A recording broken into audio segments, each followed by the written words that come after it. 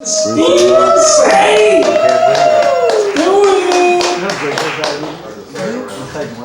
You never know, could have it. You ever read the other side of that? I've never noticed. Hello everyone, how are you?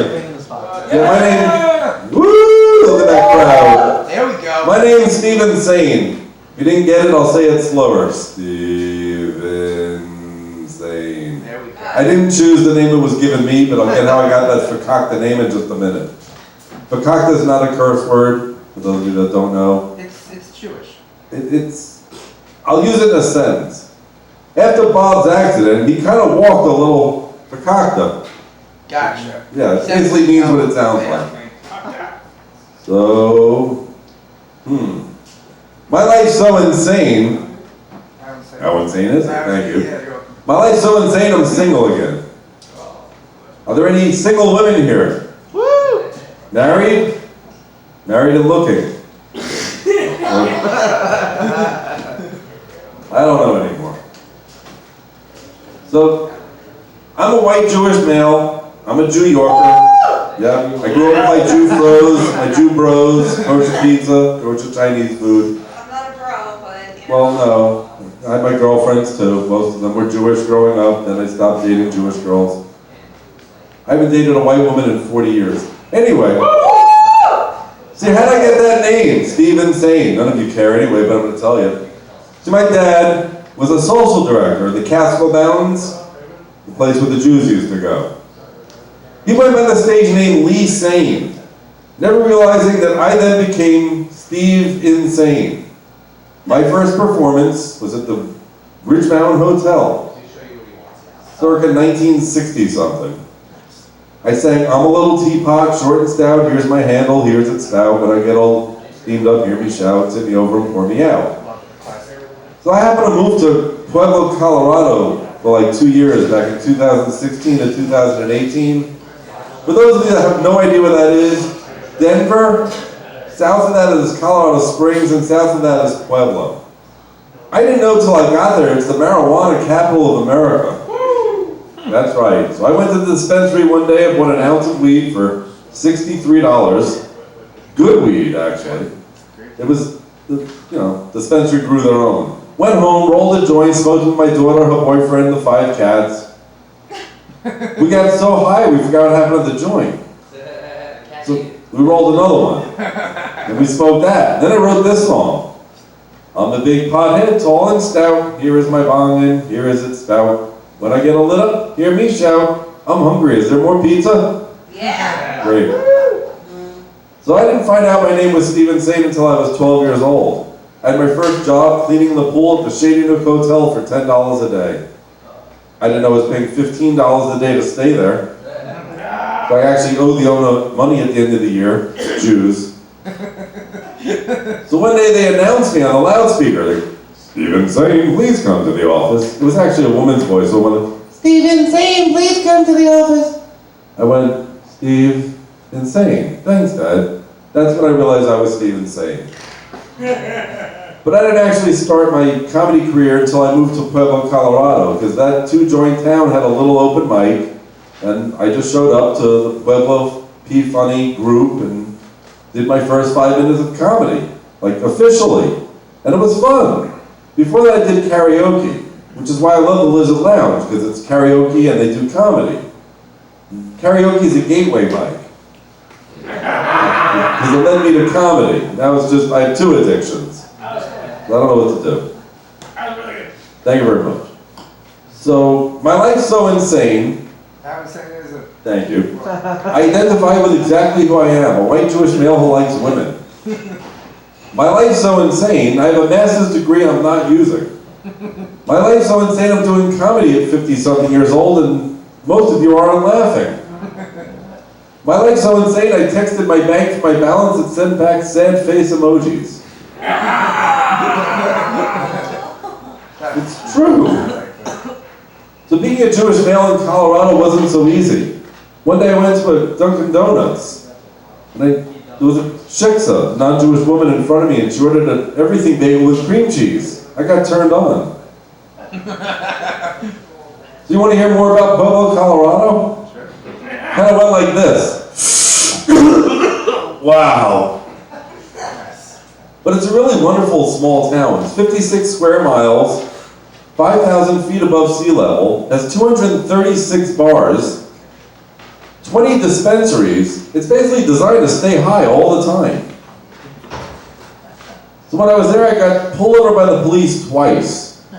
The first time it was my daughter before she moved back to New York, and we were just hanging out behind like the Family Dollar, and the car reeked like weed.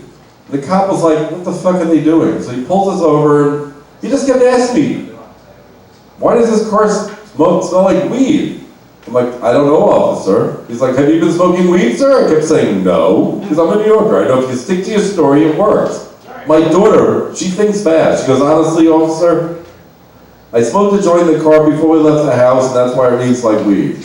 He looked at our licenses. Mine was from Colorado, hers was still from New York, because she knew she wasn't going to stay there. We literally lived a half a mile away. He went, go home.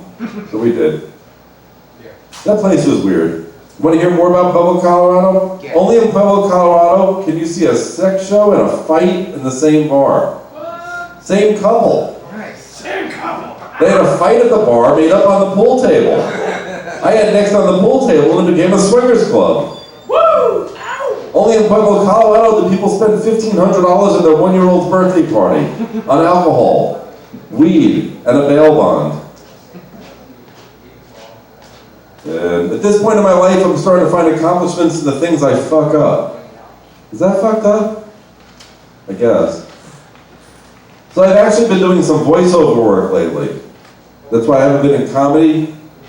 I did a recent commercial. I'm not sure if this is going to happen, but it goes like this. When I say beep beep, you say honk honk. Beep beep. New drive-thru in Hooters. Beep beep. Very good. Okay. I get it. I got it. And I did this commercial, it's about to come out. Are you frustrated looking in the mirror and seeing your man boobs? Put on your little tightest t-shirt and ask one of your friends, are these man boobs or pecs? The answer is probably man boobs. Man boobs, the epidemic. I think there's estrogen in the water, the milk, the beer. Most men who drink beer have man boobs. Did you know granola bars have estrogen in them? If you didn't know, the following foods do have estrogen: flaxseed, soybeans, soy nuts, which is a contradiction, tofu, sesame seed, beer, miso paste, multigrain bread, donuts, and milk. So now you know about that.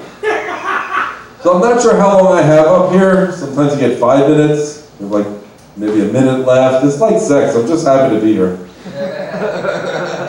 And thinking of that, remember the first time you caught your parents having sex? Just me? Okay. So I'm like 7 years old, and I come home, and I hear my parents making weird noises. I just assumed they were fighting. Until I heard my dad yelling, oh my God, oh my God. So I open the door, my mom's on top of my dad, I call the police. It's the only answer. So I have 3 children that I know of, 2 that I know. Yeah, my life's so insane. How insane is it? So my 20-something-year-old daughter, being Polish and Russian and Jewish, you know, her mother's Puerto Rican, she's a Puerto Rican Russian. So she lives in the city, she's an aspiring actress, has a Pokemon tattooed on her arm, and now going to school to work for like NASA or Google or something. So she must be an environmental engineer. That sounds cool, great. So anyway, she's like that, I have one problem living in the city. She's like, it's a love-hate relationship. When I ride the subway, guys, girls, things I don't know what they are, stare at me. So I'm like, so what do you do? She goes, same thing I did when I was little. I pick my nose and stare right at them. I go, what do you do if they keep staring at you? She goes, I just eat it. I'm like, what do you do if they keep staring after that? She goes, then I go talk to them because I know they're a freak like me. I'm like, all right. I also have a 3-year-old son, different mom, one of the 3 children that I know. So I was in Colorado, came back, I go to meet him. He looks at his mother and he goes, Mama. Now she's not French, so I don't know where we got that. Then he looks at me and goes, Dada. Jesus Christ. I know, this is like a 2. He has a deeper voice, even more deeper than me and Barry White.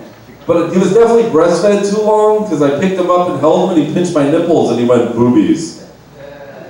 Sucks, I know. You know, we were at the park over the summer. Like, he ran behind the swings, got knocked down. I scooped him up. He said his little catchphrase, what happened? I said, you're learning about physics, my son. Then he pinched my nipples and said, boobies. Kids. Science. Yes. Even his mother said when she used to like wean him off of breastfeeding and she would change in front of him, which I thought was weird, he'd see her breasts and he'd say, boobies. And then she'd put her shirt and he goes, bye, boobies. So I usually leave you with the bye, boobies, but I wanted to, like, how long do we have up here? I got another joke or two. So as a comic, most of the people out there don't know that, a bringer show. You know what a bringer show is? It's where you gotta bring 6 people you know to a show so you can get on the stage for 5 minutes. Anyone here ever been in a multi-level marketing company? The what? Multi-level marketing. Amway, Quickstar, whatever you want to call it, Herbalife, name a few of the others. See, at least that, if you bring 6 people and they bring 3, you're making money. That's why bringer shows suck, but you still gotta do them. So I've actually got some scripts written. One is about a 40-year-old something man who moves in with his mother after his marriage breaks up. Oh wait, that's my story. I call it Raising Mom. I have such episode as, who touched the thermostat again? It's 11 p.m., I want Chinese food and lobster. I also have one called The History According to Steve.